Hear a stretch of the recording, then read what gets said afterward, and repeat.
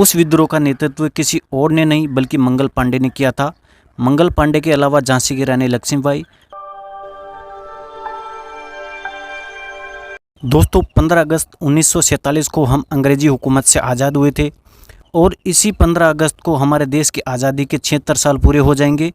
125 करोड़ की मौजूदा जनसंख्या वाले हिंदुस्तान को यूं ही अंग्रेज़ों से आज़ादी नहीं मिली थी। देश की आज़ादी के लिए लाखों हिंदुस्तानियों ने देश की मिट्टी को अपने खून से सींचा था।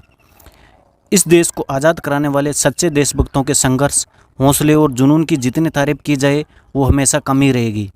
आज हम यहाँ आपको देश की आज़ादी के उन संघर्षों के बारे में बताएंगे जिन्हें जानने के बाद आपके रोंगटे खड़े हो जाएंगे। 1757 से लेकर 1947 तक अंग्रेज़ों का गुलाम रहा भारत। भारत में अंग्रेज़ों की हुकूमत साल 1858 में शुरू हुई थी और 1947 तक चली। इससे पहले 1757 से लेकर 1857 तक तब भारत पर ब्रिटेन की ईस्ट इंडिया कंपनी का कंट्रोल था। देश के वीर स्वतंत्रता सेनानियों के साहस और बलिदान के आगे आखिरकार अंग्रेज़ों ने घुटने टेक दिए और करीब 200 साल तक अंग्रेज़ों की गुलामी करने के बाद भारत को 15 अगस्त 1947 के दिन आज़ादी मिली। अंग्रेजी हुकूमत से आज़ादी की लड़ाई की पहली चिंगारी साल 1857 में निकली थी। उस वक्त का विद्रोह सिपाही विद्रोह या 1857 के भारतीय विद्रोह के नाम से प्रसिद्ध है। उस विद्रोह का नेतृत्व किसी और ने नहीं बल्कि मंगल पांडे ने किया था। मंगल पांडे के अलावा झांसी की रानी लक्ष्मीबाई, बहादुर शाह जफर, तात्या टोपे और नाना साहिब ने भी 1857 में अंग्रेज़ों के खिलाफ लोहा लिया था। साल 1900 के आसपास देश में स्वदेशी आंदोलन की शुरुआत हुई। उस वक्त बाल गंगाधर तिलक और जे.आर.डी. टाटा ने बॉम्बे स्वदेशी को-ऑप स्टोर्स कंपनी लिमिटेड की स्थापना कर विदेशी सामानों का बहिष्कार कर स्वदेशी सामानों को समर्थन करना शुरू किया। महात्मा गांधी ने इस आंदोलन को स्वराज की आत्मा बताया था। 7 अगस्त 1906 को कोलकाता के पारसी बागान स्क्वायर पर भारत का झंडा फहराया गया। उस झंडे में लाल, पीला और हरे रंग की 3 पट्टियाँ थीं। साल 1921 में पिंगली वेंकैया ने हमारे मौजूदा राष्ट्रीय ध्वज का पहला वेरिएंट डिजाइन किया। ऊपर भगवा, बीच में सफ़ेद जिसमें 24 तिलियों वाला अशोक चक्र मौजूद है और नीचे हरे रंग की पट्टी वाले झंडे को 22 जुलाई 1947 को राष्ट्रीय ध्वज के रूप में स्वीकार किया गया। इस तिरंगे को 15 अगस्त 1947 को फहराया गया।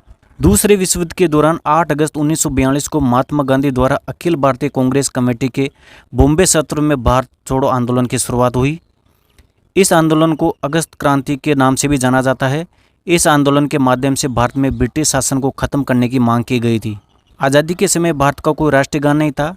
मौजूदा राष्ट्रीय गान भारत भाग्य विधाता साल 1911 में रविंद्रनाथ टैगोर द्वारा लिखा गया था, जिसका नाम बाद में बदलकर जन गण मन कर दिया गया था। फिर 24 जनवरी 1950 में भारत की संविधान सभा ने जन गण मन को राष्ट्रीय गान के रूप में स्वीकार कर लिया था।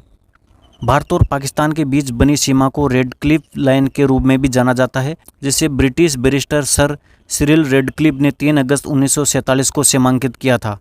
इसकी जानकारी आधिकारिक तौर पर भारत की आज़ादी के 2 दिन बाद यानी 17 अगस्त 1947 को प्रकाशित की गई थी। हमारे देश का नाम सिंधु नदी से लिया गया था। सिंधु नदी महान सिंधु घाटी सभ्यता की गवाह है। भारत को 15 अगस्त 1947 की आधी रात को स्वतंत्रता मिली थी। आपको जानकर हैरानी होगी कि कोरिया, कांगो, बहरीन और लिंकटेनस्टीन भी 15 अगस्त को ही अपना स्वतंत्रता दिवस मनाते हैं। बंकिम चंद्र चटर्जी द्वारा लिखित भारत का राष्ट्रीय गीत वंदे मातरम 1880 के दशक में लिखा गया था। वंदे मातरम बंकिम चंद्र चटर्जी द्वारा लिखे गए उपन्यास आनंद मठ का एक हिस्सा था। वंदे मातरम को 24 जनवरी 1950 को राष्ट्रीय गीत के रूप में मान्यता दी गई थी। द्वितीय विश्व युद्ध 1939 में शुरू हुआ। भारतीय नेताओं से परामर्श किए बिना भारत की ओर से ब्रिटिश के गवर्नर जनरल ने युद्ध की घोषणा कर दी। सुभाष चंद्र ने जापान की सहायता से ब्रिटिश सेनाओं से संघर्ष किया। अंडमान और निकोबार द्वीप को ब्रिटिश के चंगुल से मुक्त कराया। 1945 में वे जापान की पराजय के बाद हवाई जहाज से सुरक्षित स्थान पर जाने के लिए चले। उनका जहाज दुर्घटनाग्रस्त हो जाने के कारण उनका कुछ पता नहीं चला। नेताजी सुभाष चंद्र बोस की मृत्यु के बारे में आज भी रहस्य बना है। उनका नारा था, तुम मुझे खून दो, मैं तुम्हें आज़ादी दूंगा। सुभाष चंद्र बोस ने भारत और विदेशियों को स्वतंत्रता के लिए आमंत्रित किया। 1946 में एक कैबिनेट कमीशन भारत भेजा गया। इसके बाद ही अंतरिम सरकार के निर्माण का प्रस्ताव भेजा गया। जवाहरलाल नेहरू के नेतृत्व में एक अंतरिम सरकार का निर्माण किया गया। मुस्लिम लीग ने संगठन सभा की मीटिंग में शामिल होने से मना कर दिया, क्योंकि वे एक अलग राज्य पाकिस्तान की मांग कर रहे थे। इसके उपरांत लॉर्ड माउंटबेटन ने भारत और पाकिस्तान के रूप में भारत के विभाजन की योजना प्रस्तुत की। भारत के सामने इसको स्वीकार करने के अलावा और कोई विकल्प नहीं था। 14 अगस्त 1947 की मध्य रात्रि को भारत आज़ाद हुआ। जवाहरलाल नेहरू भारत के पहले प्रधानमंत्री बने। उन्होंने अपने भाषण में कहा था कि मध्य रात्रि के घंटे की चोट पर जब दुनिया सो रही होगी, हिंदुस्तान जीवन और आज़ादी के लिए जाग उठेगा।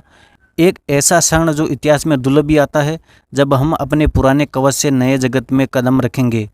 जब एक युग की समाप्ति होगी, जब राष्ट्र की आत्मा लंबे समय तक दमित रहने के बाद अपनी आवाज़ पा सकेगा। हम आज दुर्भाग्य का एक युग समाप्त कर रहे हैं और भारत अपनी दोबारा खोज आरंभ कर रहा है।